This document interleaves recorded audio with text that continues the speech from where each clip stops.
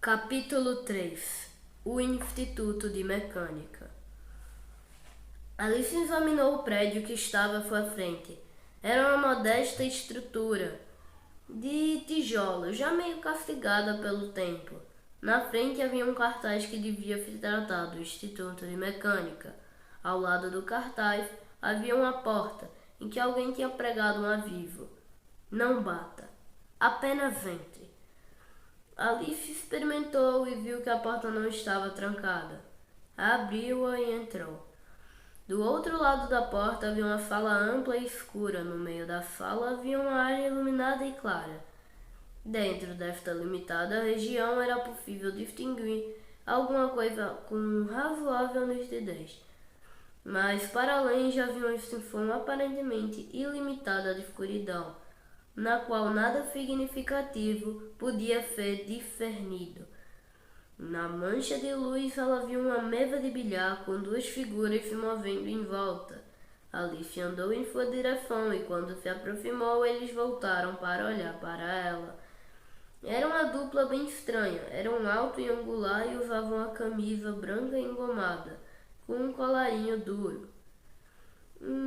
E também alto. Uma gravata estreita e, para surpresa de Alice, um macacão. Seu rosto era aquilino e tinha uma costeletas fartas. Ele olhou para ela com tanta intensidade que Alice sentiu que ele podia perceber até mesmo o menor detalhe naquilo que observava. Seu companheiro era menor e mais jovem.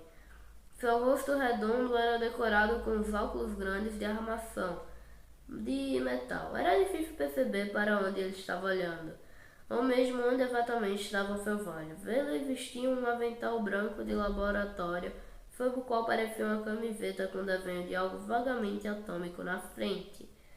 Não era fácil, com certeza, dizer o que era, pois as cores estavam desbotadas. Com licença, este é o Instituto de Mecânica? Alice perguntou, mas para puxar a conversa pelo cartaz, ela já sabia que era. Sim, minha cara, disse o mais alto e impressionante dos dois. Eu sou um mecânico clássico do mundo clássico. Estou visitando meu colega aqui. Ele é um mecânico quântico. Qualquer que seja o seu problema, tenho certeza que um de nós poderá ajudá-lo.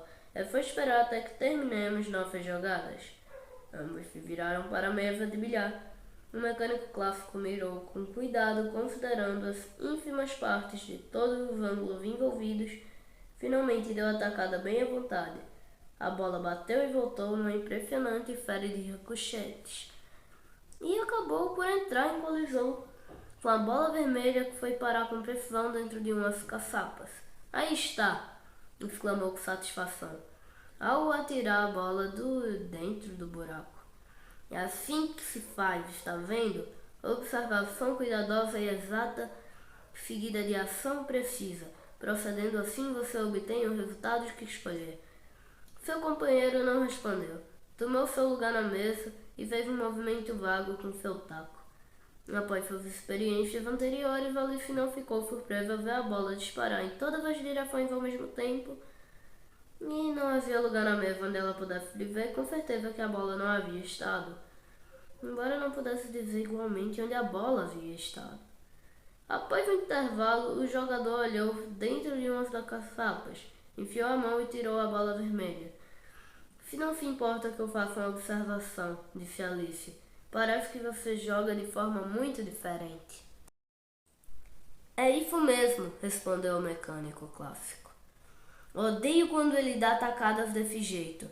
Gosto que tudo seja feito com muito cuidado e precisão, e que com todos os detalhes sejam planejados. Antecipadamente, contudo, acrescentou, imagino que você não tenha vindo aqui para nos ver jogar bilhar. Por isso, pode nos dizer o que é que quer saber. Alice contou novamente todas as suas experiências desde que tinha chegado ao país do Quanto. Explicou como tinha achado tudo muito confuso e como tudo parecia estranho e indefinido. Eu nem sei como encontrei este prédio, concluiu. Me disseram que a interferência provavelmente me levaria para o lugar certo, mas não consegui entender o que aconteceu.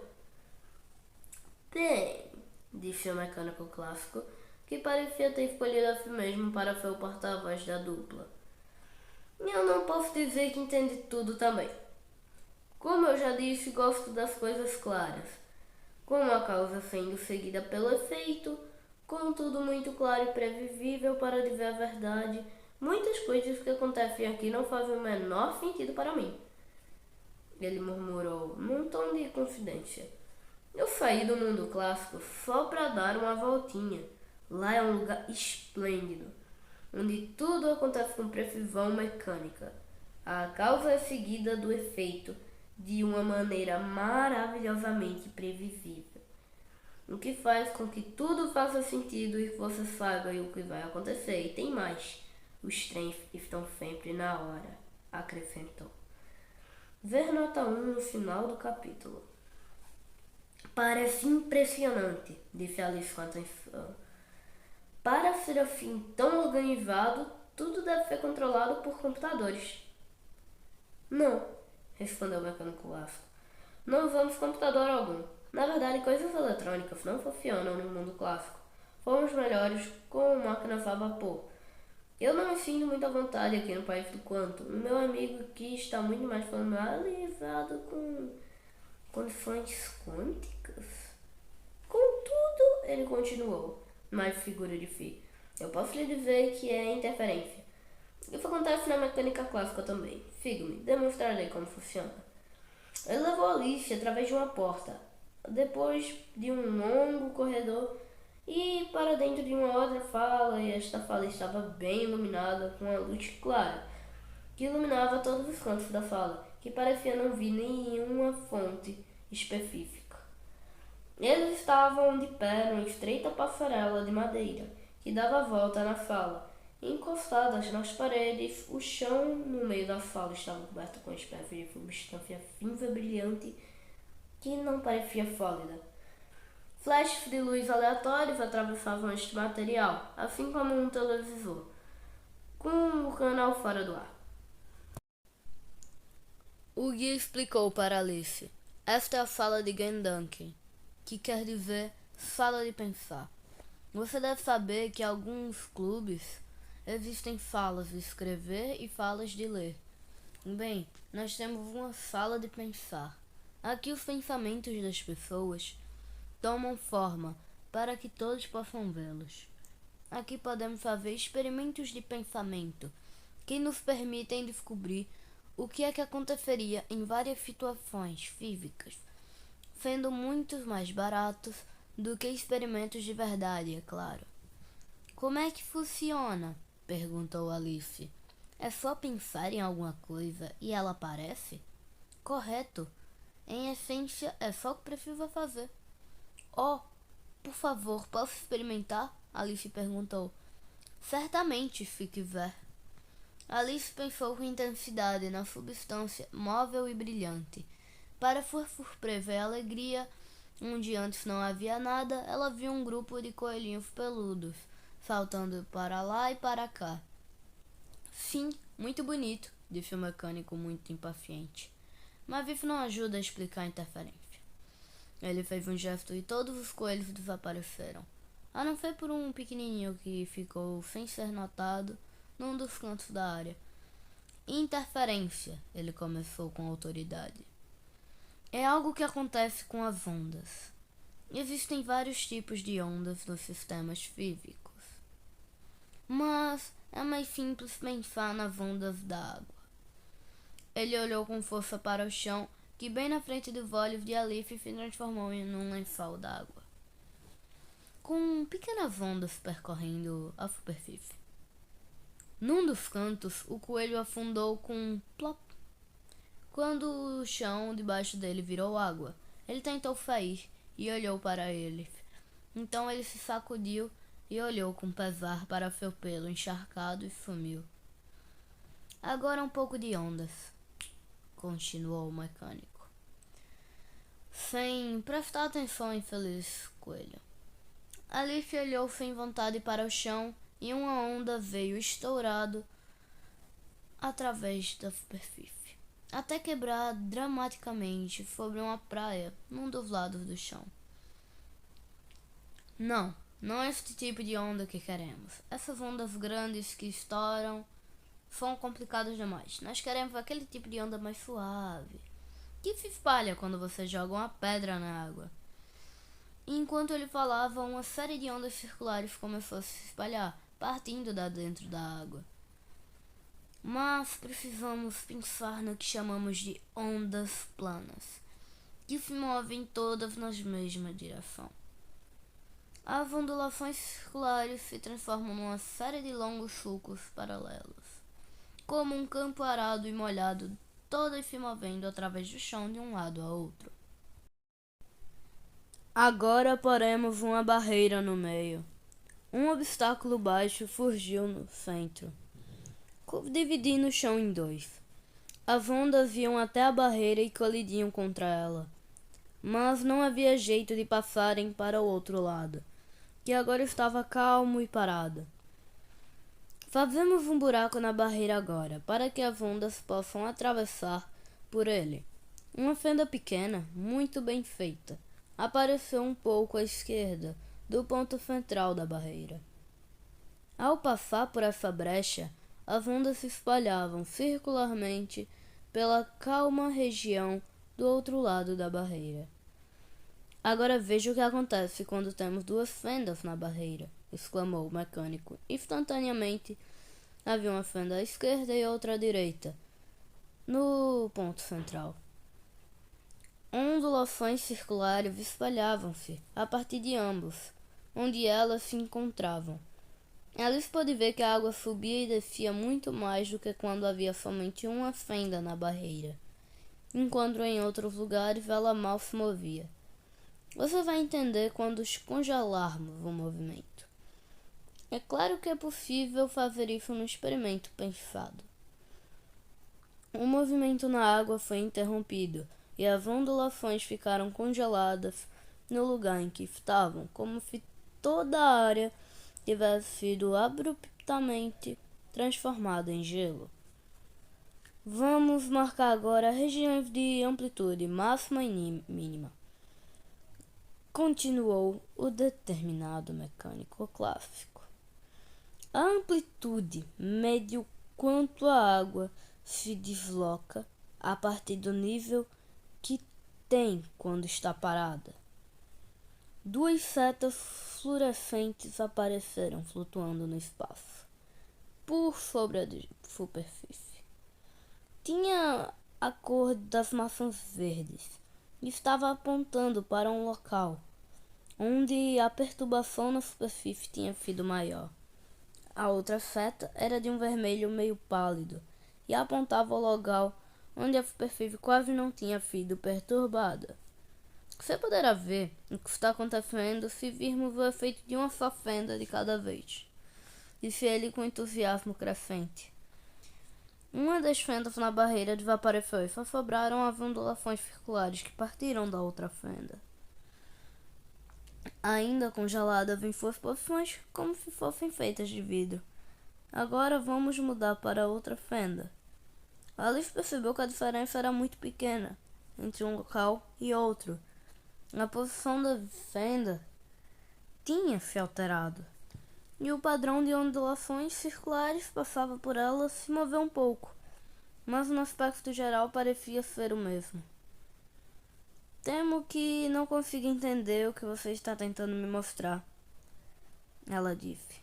Os dois casos parecem o mesmo para mim. Vai ser mais fácil ver a diferença se eu passar rapidamente de um caso para o outro. A fenda da barreira começou a pular de um lado para o outro, primeiro para a direita e depois para a esquerda. Enquanto isso aconteciam padrões de ondulações. Avançava e retrocedia, primeiro para a direita, depois para a esquerda, direita, esquerda, direita, esquerda.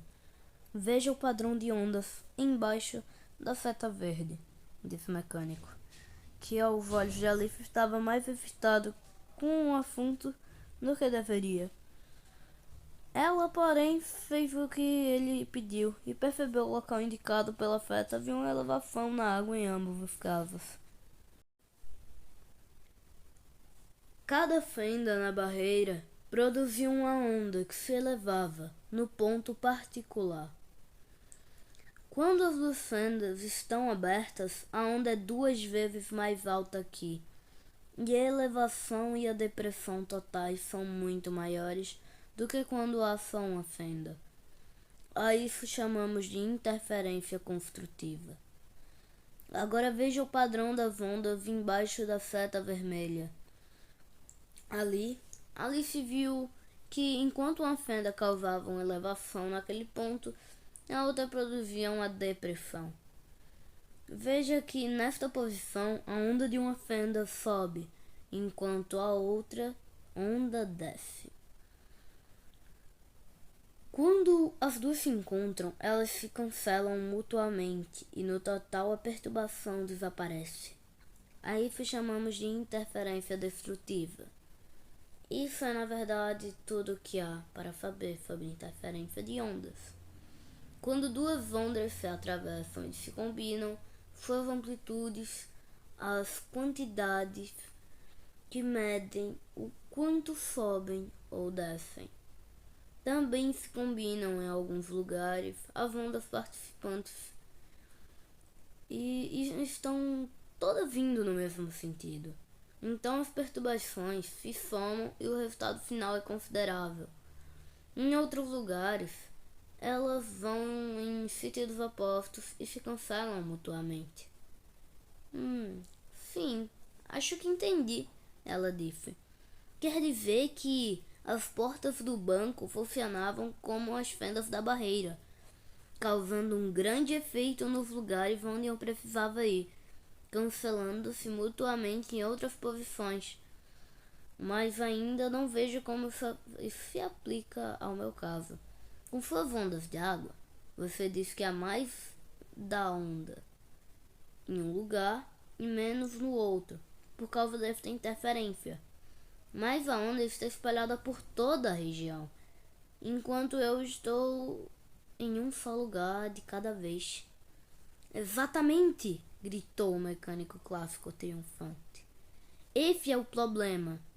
Como você mesma disse, você está em um só lugar. Você é mais como uma partícula do que como uma onda. As partículas se comportam de maneira bem diferente no sensato mundo clássico. Uma onda se espalha por uma ampla área e nós só vemos uma pequena porção dela em qualquer posição. Por causa da interferência, você pode ter mais ou menos dela em posições diferentes, mas ainda assim você estará olhando para apenas uma pequena parte da onda. Uma partícula, por outro lado, está localizada em algum ponto.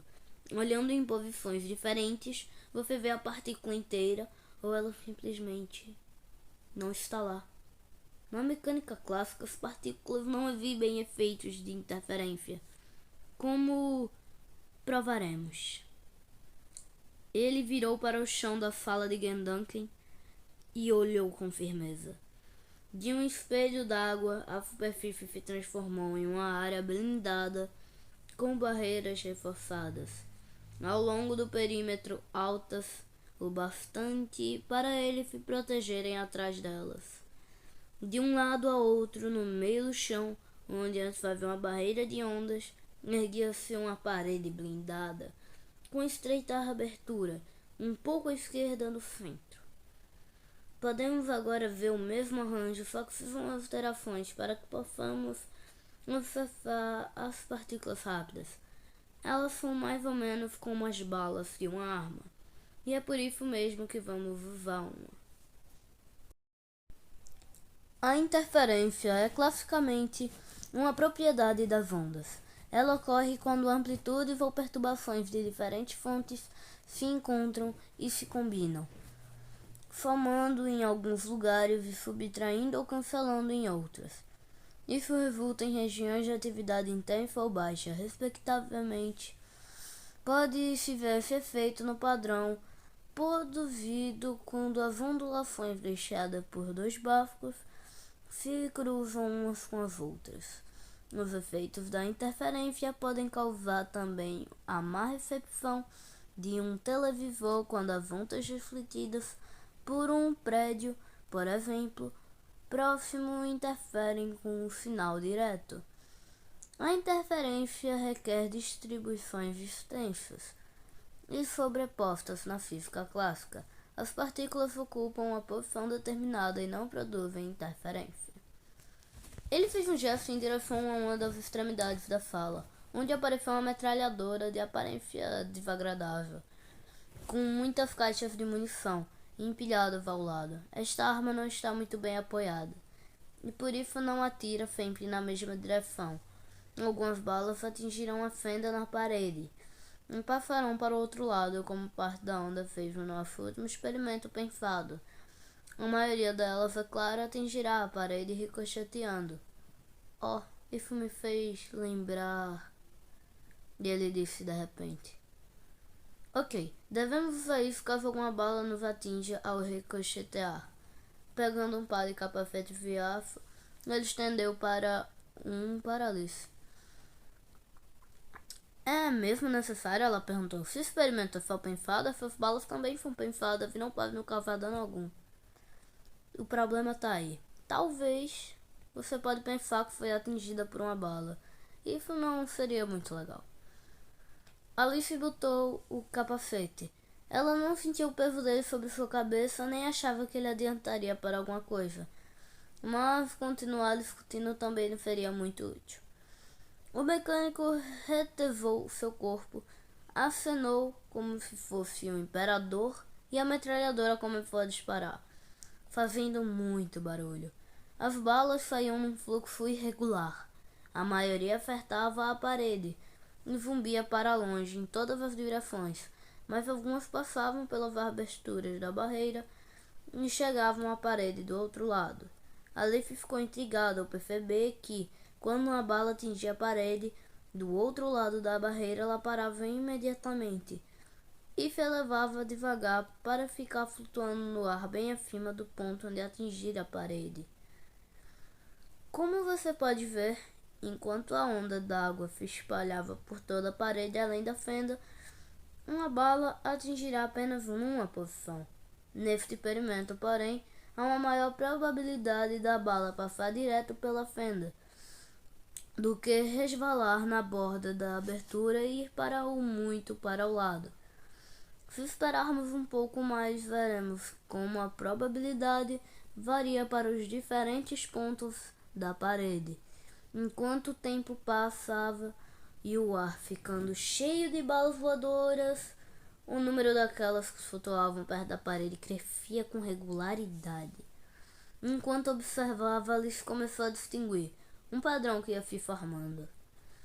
Veja, já dá para perceber como as balas que passavam pela fenda se distribuem pela parede, disse o mecânico. Quando a arma parou, obviamente. A maioria foi parar diretamente na direção da abertura. E o número vai decrescendo tanto para um lado quanto para o outro. Agora veja o que acontece quando a fenda é deslocada um pouco para a direita. Com outro gesto, as bolas flutuantes caíram no chão e a metralhadora recomeçou. Apesar da demonstração ser barulhenta e bem perturbadora, Alice percebeu que o resultado final foi o mesmo que da vez anterior. Sinceramente, foi decepcionante. Como pode ver, disse o mecânico, com uma confiança indevida. A distribuição é parecida com a anterior, mas levemente deslocada para a direita. Uma vez que o centro agora está do outro lado da abertura, Alice não percebeu diferença nenhuma, mas estava pronta para aceitar o que ele dissesse. Agora, disse o mecânico em um tom teatral, vejamos o que acontece quando ambas as fendas estão presentes. Até onde Alice pôde perceber, não fazia a menor diferença, exceto que com as duas fendas mais balas passariam e atingiriam a parede. Desta vez, ela decidiu fazer um comentário. Receio que, para mim, todas as vezes tenham sido iguais. Ela disse, desculpando-se. Exatamente, respondeu o mecânico. Só que, como você deve ter observado, o centro da distribuição agora fica no meio entre as fendas. tínhamos uma distribuição de probabilidade de as balas passarem pela fenda da esquerda e a outra pela direita. Com as duas fendas, as balas podem passar por qualquer uma delas. A distribuição total, então, fará a soma das probabilidades obtidas para cada uma das fendas. Já que as balas devem passar por uma ou por outra, elas não podem passar por ambas ao mesmo tempo. Ele acrescentou, dirigindo-se ao mecânico quântico, que acabava de entrar na sala. É o que você disse, respondeu o colega. Mas como pode ter tanta certeza? Veja só o que acontece quando repetimos o nosso experimento de Grandukin com elétrons. Desta vez, quem fez o gesto em direção ao chão da sala foi o mecânico quântico. Seus gestos não eram tão decididos quanto de seu colega, mas pareceu funcionar do mesmo jeito. A metralhadora e as paredes blindadas desapareceram. O chão voltou a ser do material brilhante que Alice tinha visto a princípio, mas a parede que ela já tinha se acostumado ainda estava lá, atravessando o chão de lado a lado, com as duas fendas no meio. Do outro lado da sala estava uma grande tela com um brilho esverdeado. Esta é uma tela fluorescente, murmurou o mecânico quântico para Alice. Ela emite um flash de luz toda vez que um elétron a atinge, assim podemos usá-la para detectar onde eles estão. Do outro lado, onde antes estava a metralhadora, havia uma outra arma. Esta era pequenininha, parecida com a versão reduzida daqueles canhões onde são disparados os homens de bala, nos espetáculos do circo. O que é isso? Alice perguntou. É um canhão de elétrons, é claro. Olhando com mais cuidado, Alice viu uma escadinha que levava à boca do canhão, com uma fila de elétrons esperando sua vez de serem disparados. Eles estavam bem menores desde a última vez que os vira, mas é claro, ela disse para si mesma, esses são apenas elétrons pensados. Ao olhar para eles, ela se surpreendeu ao vê-los acenando para ela. Como será que eles me conhecem? Ela perguntou. Devem ser todos os mesmos elétrons que eu conheci antes. Iniciar disparos, comandou o mecânico quântico, e os elétrons subiram aos degraus depressa.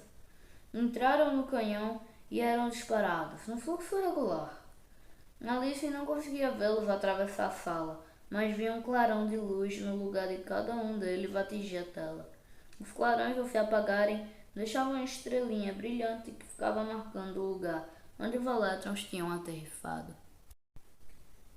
Assim como a metralhadora de antes, o canhão de elétrons continuou a se disparar. A corrente de elétrons e um monte de estrelinhas começou a agrupar, começando a indicar uma distribuição reconhecível. A princípio, Alice não tinha certeza do que estava vendo, mas quando os números de estrelinha começou a aumentar, ficou claro que sua distribuição era muito diferente da outra, com as pilhas de bala na experiência anterior. Em vez de uma queda lenta e progressiva a partir de um número máximo no centro, em direções às laterais as estrelas estavam distribuídas em bandas, com espaços negros entre elas. Onde havia poucas ou nenhuma estrela, Alice percebeu que, de certa forma, esse caso era parecido com o das ondas d'água, onde há regiões de alta atividade com áreas calmas intercaladas. Agora havia regiões onde muitos elétrons tinham sido detectados, com muito poucos deles nas áreas intermediárias. Por causa disso, Alice não ficou surpresa quando o mecânico quântico disse: "O que você está vendo aí é o claro efeito da interferência. Com as ondas d'água tínhamos regiões de maior e menor movimento na superfície, em que cada elétron será detectado em apenas uma posição, mas a probabilidade de detectar um elétron varia de uma posição para outra. A distribuição de diferentes intensidades de onda que você viu antes foi substituída por uma distribuição de probabilidades com um ou dois elétrons. Tal distribuição não é óbvia, mas usando um monte de elétrons você vai encontrar mais deles nas regiões de alta probabilidade com apenas uma abertura. Veríamos que a distribuição decresceria aos poucos, em direção aos lados, assim como as balas e as ondas d'água se comportaram quando havia uma só fenda. Neste caso, vemos que quando há duas fendas, as amplitudes das duas interferem uma na outra. produzindo picos e depressões óbvias na distribuição de probabilidade. O comportamento dos elétrons é muito diferente das balas, meus amigos. Não estou entendendo, disse Alice. Essa pareceu a única coisa que dizia na vida. Quer dizer que há tantos elétrons que, de algum jeito, os elétrons que passam pelo buraco estão interferindo com aqueles que atravessam um outro buraco? Não, não é isso que eu quero dizer, não mesmo. Você verá agora que acontece quando disparamos somente um elétron. Ele bateu palmas e disse ok. Vamos fazer de novo, mais devagar essa vez. Os elétrons entraram em ação. Ou para ser mais preciso, um deles entrou no canhão e foi disparado. Os outros continuaram sentados onde estavam. Pouco depois, outro elétron subiu até a boca do canhão e foi disparado também.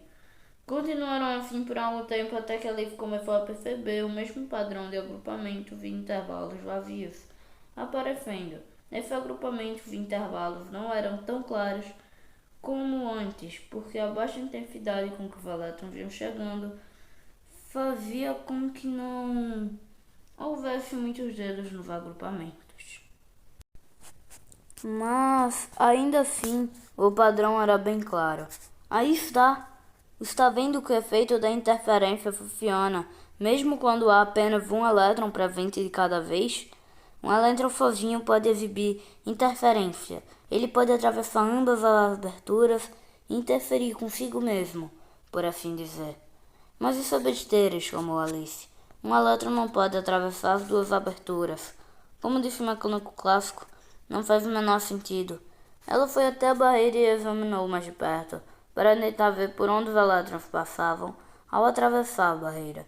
Infelizmente, a luz era muito fraca e os elétrons se moviam com tamanha rapidez que ela nunca conseguia distinguir por que abertura eles passavam. Isso é ridículo, ela pensou. Preciso de mais luz. Alice tinha esquecido que estava num quarto pensante e se surpreendeu quando um holofote fortíssimo apoiado num tripé apareceu no lado do seu cotovelo. Ela rapidamente dirigiu o faixa de luz para as duas aberturas e ficou satisfeita ao perceber que havia um flash visível perto de uma ou outra abertura quando o elétron passava. Consegui! Ela gritou. Consigo ver os elétrons passarem pela festa. E é exatamente como eu disse. Cada um deles passa somente por uma abertura. Ahá, respondeu o empolgado mecânico quântico. Mas você viu o que aconteceu com o padrão de interferência?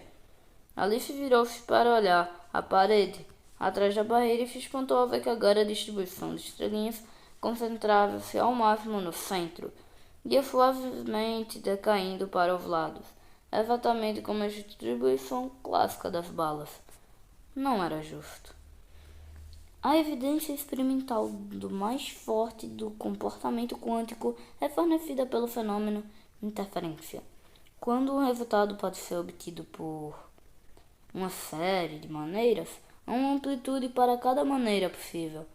Depois, se estas amplitudes são juntadas umas com as outras, podem se somar ou subtrair, e a distribuição total de probabilidades mostrará máximos e mínimos distintos, bandas intensas e bandas vazias que se alternam. Na prática, esse efeito tem sido sempre observado, onde se espera encontrá-lo. É uma forma de interferência que produz os diferentes conjuntos de estados de energia que ocorrem nos átomos, apenas aqueles estados que se adequam perfeitamente ao potencial vão interferir positivamente para atingir um máximo elevado na probabilidade. Quaisquer outros estados se cancelariam mutuamente e, portanto, não existem. É sempre assim, e não há nada que possamos fazer, disse o mecânico quântico consolando-a. Quando não há observação para saber por qual fenda os elétrons passam, ocorre a interferência entre os efeitos das duas fendas. Se você observar os elétrons, verá que de fato eles estão em um lugar ou outro, e não em ambos. Mas, nesse caso, eles se comportam como o esperado, isto é, como se tivessem passado por apenas uma fenda, mas não causando interferência. O problema é que não há uma maneira de se observar os elétrons sem perturbá-los, como quando você pôs a luz sobre eles. O simples ato de observar a força Um Velétron vai escolher um percurso. Não importa se você anota por qual buraco cada elétron passou. Não importa se você presta atenção ou não nos buracos.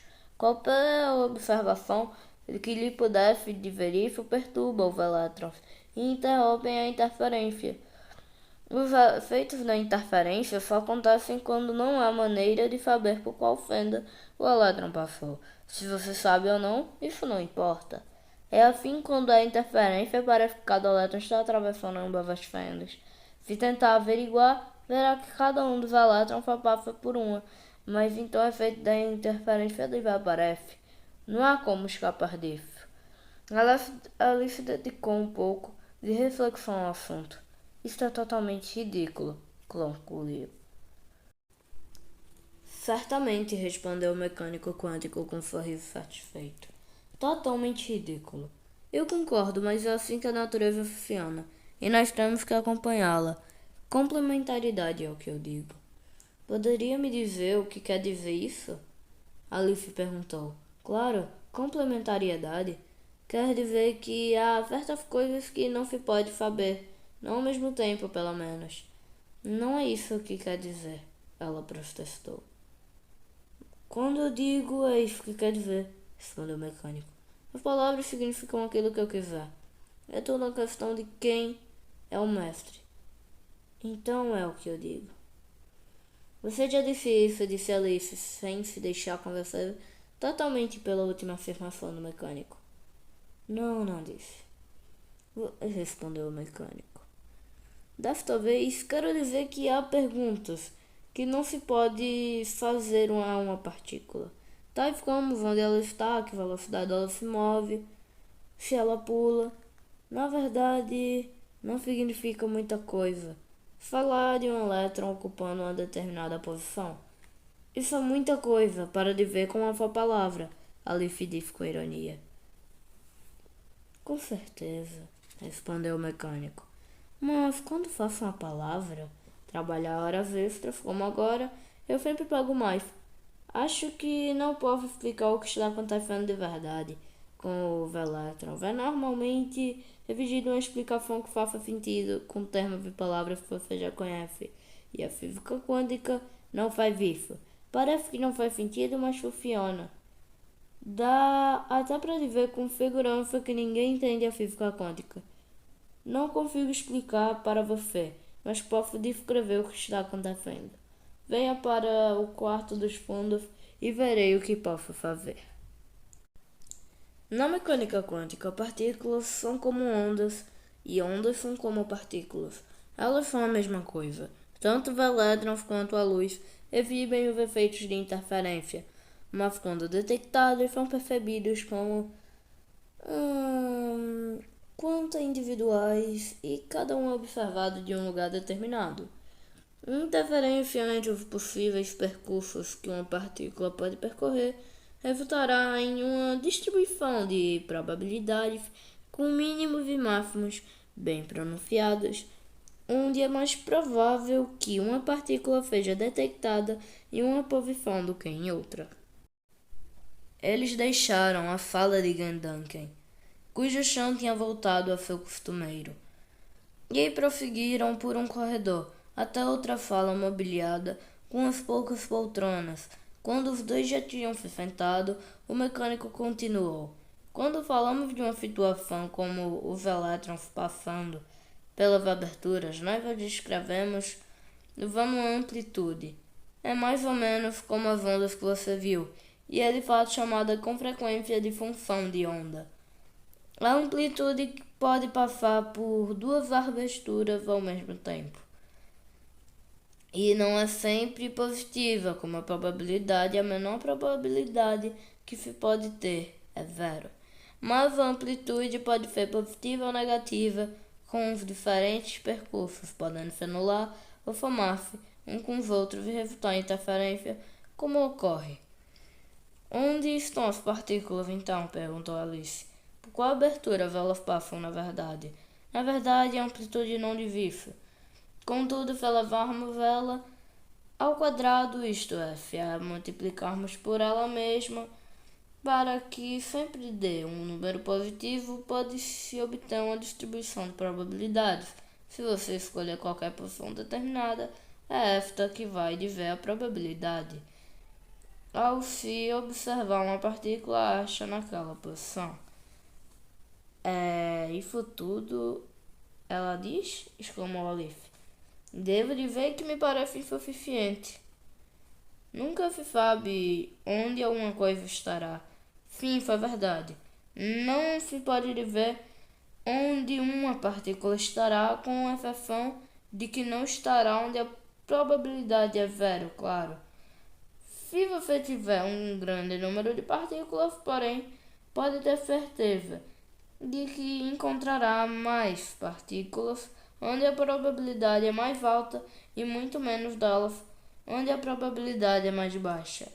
Se você tiver um número muito grande, é possível dizer bastante com precisão o lugar onde tantas partículas estarão. Este é o caso daqueles operários de quem você estava falando. Eles sabiam que iam construir porque estavam usando um número muito grande de tijolos para números muito altos. Confiabilidade geral no sistema muito boa. Vê nota 3 no final do capítulo. E não há maneira de dizer o que uma partícula está fazendo sem observá-la, repetiu Alice. Só para ter certeza. Não, de jeito nenhum. Quando aquilo que você observa pode acontecer de várias maneiras diferentes, você tem uma amplitude para cada maneira possível. E a amplitude geral é obtida adicionando-se todas elas. Você terá então uma amplitude geral e é obtida adicionando-se de todas elas. Você então terá uma superposição de estados. De certa forma, a partícula está fazendo tudo o que é possível e ela não é só o que você não sabe, o que a partícula está fazendo. A interferência mostra que as probabilidades estão em todas presentes e influenciam umas às outras. De certa forma, são todas igualmente reais. Tudo que não é proibido é compulsório. Eu vi um cartaz que dizia isso no banco. Parecia muito sério. E essa é uma das regras mais importantes por aqui, onde várias coisas podem acontecer. Elas acontecem. Dê uma olhada no gato, por exemplo. Que gato? Perguntou Alice, olhando em volta confusa. Ora, o gato de Shiro-Ginger aqui. Ele o deixou conosco para que cuidássemos dele. Alice olhou para onde o mecânico apontava e viu um grande gato listrado que dormia numa cesta de um dos cantos da sala. Como se despertado por ter ouvido seu nome, o gato se levantou espreguiçando-se. Ou melhor, levantou-se e não levantou-se. Espreguiçou-se e também não se espreguiçou. Alice viu que, além da figura levemente difusa do gato de costas arqueadas, havia também um gato idêntico que ainda dormia no fundo da cesta. Ele estava muito rígido, numa posição muito pouco natural. Olhando para ele, Alice podia jurar que ele estava morto.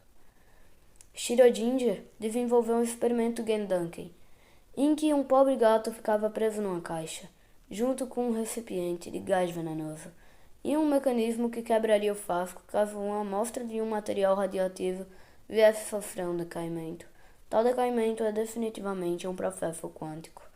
O material pode ou não decair, e então, de acordo com as regras da física quântica, haveria uma superposição de estados, onde em alguns o decaimento teria ocorrido. E em outros não. É claro que naqueles estados em que o decaimento ocorresse, o gato morreria. E nós então teríamos uma superposição de estados de gato, alguns mortos e alguns vivos. Quando a caixa fosse aberta, alguém observaria o gato e dali em diante ele estaria morto ou vivo. A questão proposta por Shiro-Ginger era: qual o estado do gato antes da caixa ser aberta? E o que aconteceu quando abriram a caixa? Alice perguntou. Na verdade, todos estavam tão empolgados discutindo a questão que ninguém abriu a caixa. E é por isso que o gato ficou assim. Alice olhou para a cesta, onde um aspecto do gato lambia a si mesmo, com dedicação. Ele parece estar bem vivo, ela observou. Mal as palavras tinham saído de sua boca, o gato ficou bem sólido e palpável. e a versão morta desapareceu. Ronronando satisfeito, o gato pulou para fora da caixa e começou a perseguir um rato que tinha saído da parede. Alice percebeu que não havia um buraco de rato que ela pudesse ver. O rato tinha simplesmente saído direto da parede. O mecânico quântico seguiu a direção do olhar de Alice. Assim, isto é um exemplo da penetração em barreiras. Acontece quando o tempo todo por aqui, onde houver uma região que uma partícula não puder adentrar de acordo com as leis da mecânica clássica, a amplitude não necessariamente cessa de imediato na fronteira da região, apesar de diminuir rapidamente dentro dela.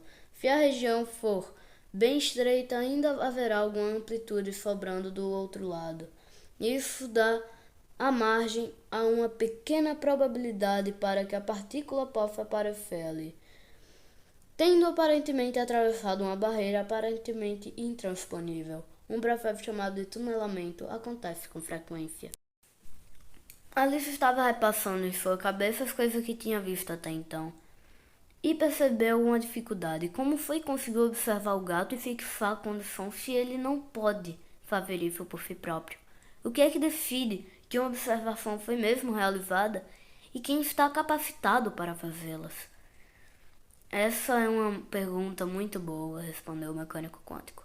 Mas nós somos apenas mecânicos e por isso não nos importamos muito com essas coisas. Apenas fazemos o trabalho e usamos métodos que sabemos que funcionarão na prática. Se quer alguém para discutir o problema da medida com você, terá que ir a um lugar mais acadêmico. Sugiro que assista uma aula da escola de Copenhague. E o que faço para chegar lá? Alice perguntou, conformando-se com o fato de ter sido passada adiante para mais um outro lugar.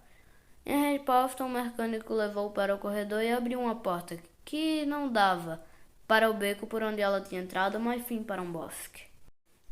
Notas: 1. A mecânica quântica é normalmente contrastada com a mecânica clássica ou newtoniana. Esta última, que se ocupa da descrição detalhada de objetos em movimento, foi desenvolvida antes dos primeiros anos do século XX e se baseia nos trabalhos originais de Galileu, Newton e outros antes e depois deles. A mecânica newtoniana funciona muito bem em grandes escalas. O movimento dos planetas pode ser previsto com muita antecedência e grande precisão. Ela funciona quase igualmente bem para planetas artificiais e missões espaciais de exploração. Suas posições podem ser previstas anos antes. Funciona muito bem também para as maçãs caindo de árvores.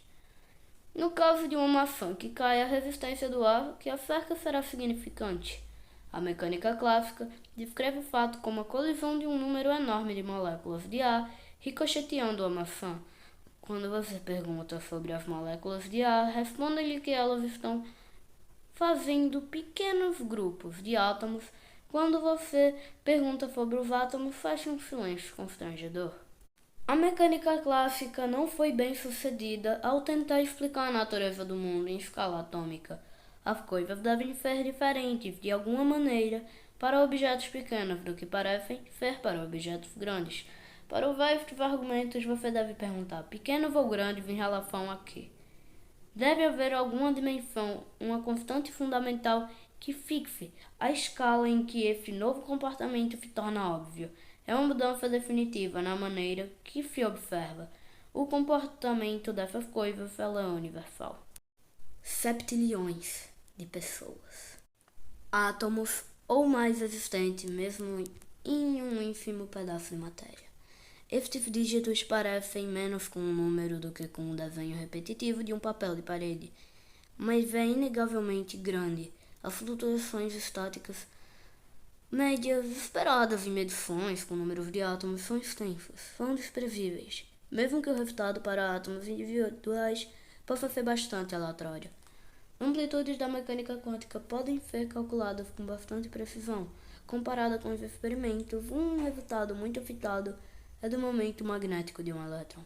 Os elétrons giram com pequenos peões e têm propriedades elétricas. Eles se comportam como pequenos ímãs. A força magnética e a rotação do elétron estão relacionadas, e essa razão pode ser calculada com o uso das unidades apropriadas. Um cálculo clássico chega ao resultado 1 com suposições arbitrárias sobre a distribuição de carga de um elétron. O cálculo clássico chega no resultado de 20 bilhões mais 4. É uma ótima concordância. A probabilidade de conseguir ao acaso valores tão concordantes vai simular a probabilidade de se jogar um dardo também ao acaso e acertar a mosca. Quando o alvo está tão longe quanto a Lua, esse resultado em particular é frequentemente dado como exemplo de sucesso da teoria quântica. É possível calcular com a mesma precisão as amplitudes de outros processos, mas são muito poucos os valores que podem ser medidos com essa precisão.